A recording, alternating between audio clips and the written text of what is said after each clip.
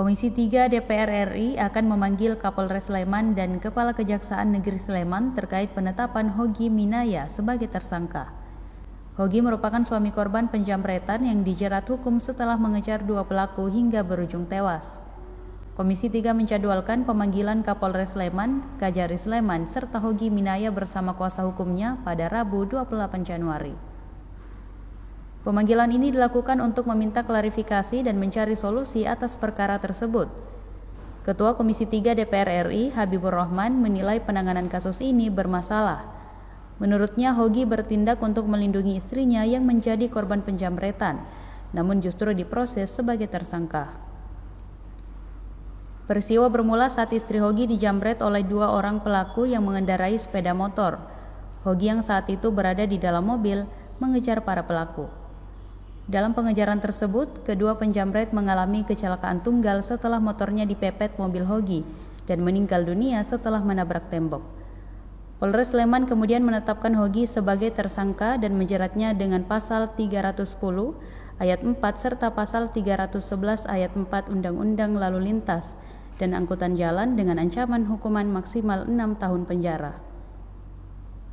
Komisi 3 mempertanyakan penerapan pasal tersebut karena kecelakaan tidak terjadi akibat tabrakan langsung dengan mobil yang dikemudikan Hogy. Selain itu, langkah kejaksaan yang menerima perkara hingga dilimpahkan ke pengadilan juga menjadi sorotan. Ini ada peristiwa menarik ya, memprihatinkan dalam konteks hukum terjadi di Sleman, Yogyakarta. Jadi ada ibu-ibu dijamret oleh dua orang yang mengendarai sebuah sepeda motor. Lalu suami ibu tersebut yang mengendarai mobil bernama Pak Hogy Minaya mengejar kedua penjamret tersebut. Dalam peristiwa pengejaran tersebut, si jamret ya menabrak tembok dan keduanya tewas. Jadi bukan ditabrak oleh si Pak Hogy ini.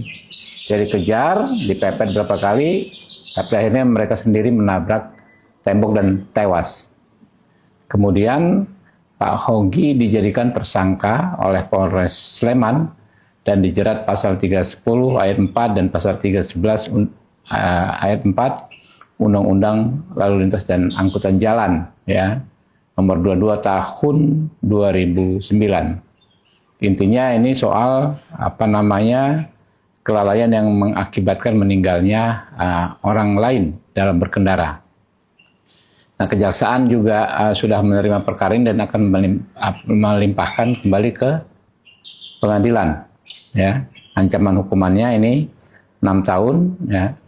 Kami Komisi 3 sangat prihatin dengan peristiwa ini, ya, dan kami mempertanyakan, ya, bagaimana bisa pasal tersebut diterapkan dalam perkara ini kepada Pak Hogy.